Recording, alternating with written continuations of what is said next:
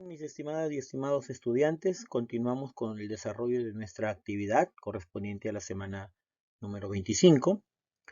Vamos a considerar lo siguiente, una pregunta que se les acaba de hacer también en el grupo.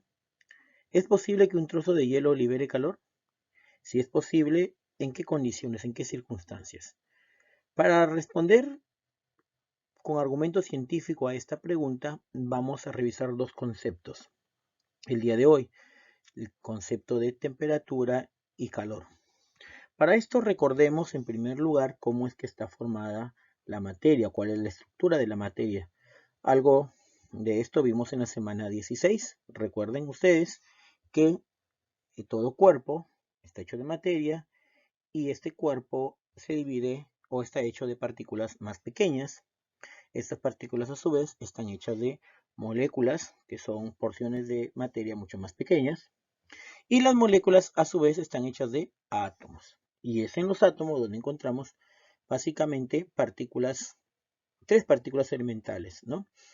Me estoy refiriendo a los protones y neutrones que se encuentran en el núcleo y a los electrones que están girando alrededor del núcleo, girando en constante movimiento. Entonces, este detalle es importante tenerlo en cuenta, ¿no? Al estar girando, hay una velocidad, hay una agitación, hay una vibración de los átomos. Y a las moléculas, al estar formadas de átomos, también en estas va a haber ciertas vibraciones, ¿no? Entonces, teniendo en cuenta estas características de la materia, que en su interior hay moléculas y átomos que están en movimiento, revisemos pues la definición de temperatura. Recordemos que la temperatura no es otra cosa que la medida, la medida de la energía cinética que presentan las partículas que forman un cuerpo, o sea, la energía cinética que tienen las moléculas. Y estas a su vez están hechas de átomos. Hay que recordar que la energía cinética depende básicamente de la masa de las partículas y la velocidad de estas. En otras palabras, si hay velocidad diferente de cero, va a haber energía cinética. Y como ya hemos visto, pues o acabamos de analizar, hay velocidad, hay vibración, hay movimiento debido a las partículas que se encuentran en los átomos en constante movimiento y por lo tanto también movimiento dentro de las moléculas, ya que estas están formadas de átomos. Entonces podemos decir que la temperatura no es otra cosa que la medida de la agitación molecular, la medida de la agitación de las moléculas, la medida, si gustan, de la velocidad de las moléculas. Entonces, mientras haya movimiento, velocidad en las moléculas, va a haber temperatura. Mientras más vibren las moléculas, mientras más velocidad presenten estas, más energía cinética y por lo tanto mayor temperatura. Entonces los cuerpos que presentan elevada temperatura, pues sus moléculas están en constante movimiento, presentan mayor velocidad que aquellas moléculas que están formando aquellos cuerpos con menor temperatura. Esto a su vez nos lleva a otro concepto que tenemos o que en algún momento hemos escuchado, ¿no? El llamado cero absoluto. ¿A qué llamamos cero absoluto? El cero absoluto es una temperatura ideal, la temperatura más baja posible. Y si acabamos de definir a la temperatura como la medida de la velocidad de las moléculas, el cero absoluto sería la ausencia total de la vibración de las moléculas. Es decir, la temperatura en la cual ya no hay vibración molecular, ¿no?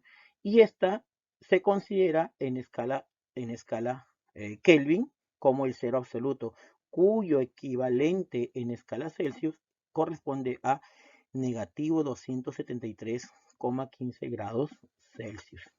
Recuerden, las escalas termométricas más conocidas que permiten medir la temperatura corresponden a la escala Celsius, la escala Fahrenheit, pero la escala absoluta o la escala que considera el sistema internacional es la escala Kelvin, ¿no?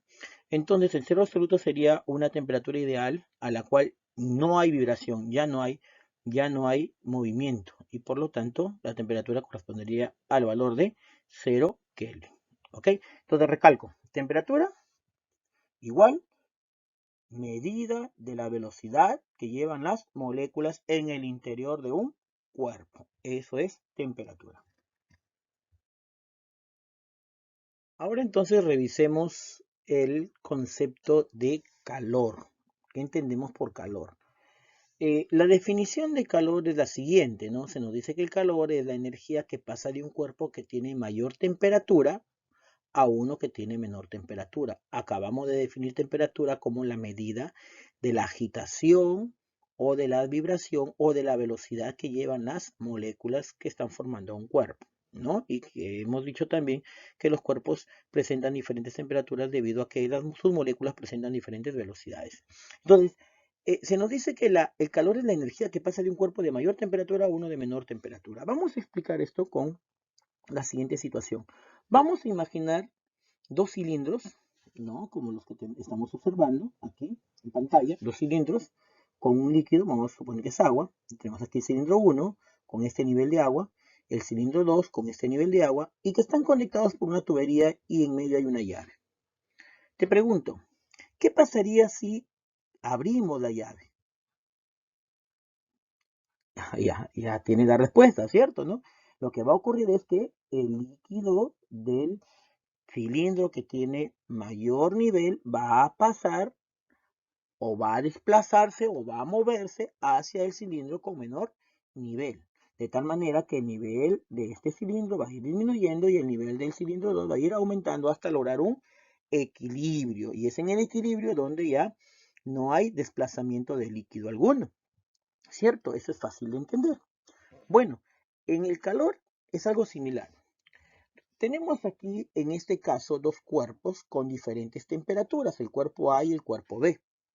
El cuerpo A que está a una temperatura de 40 grados Celsius. Explicamos también que esta es una de las escalas termométricas en las cuales se puede representar o expresar la temperatura de un cuerpo. Y tenemos el cuerpo B con 20 grados Celsius de temperatura. Y estos han sido puestos en contacto. Notamos que hay una diferencia de temperatura. ¿Qué significa esto? Que en el interior las moléculas del cuerpo A van a estar moviéndose más rápido que las moléculas del cuerpo B. Y recuerden que al moverse las moléculas generan lo que llamamos energía cinética. Entonces, lo que podemos deducir acá es que la energía cinética de las moléculas del cuerpo A es mayor que la energía cinética de las moléculas del cuerpo B, debido a que éstas presentan menor velocidad y eso nos indica su temperatura. Bien, ¿qué va a ocurrir? Algo similar a lo que estamos viendo en los cilindros. Aquí había más líquido, aquí menos líquido, desplazamiento. Entonces, aquí hay más energía en el cuerpo A. En el cuerpo B hay menos energía. ¿Qué va a ocurrir? Un desplazamiento de energía. Esa energía es lo que nosotros conocemos por calor. Por eso decimos que el calor es la energía que siempre va a estar transfiriéndose en tránsito de un cuerpo que tiene mayor temperatura a otro que tiene menor temperatura. En ese desplazamiento ocurre un fenómeno. El cuerpo A, o mejor dicho, las moléculas del cuerpo A, al perder energía cinética, su velocidad disminuye.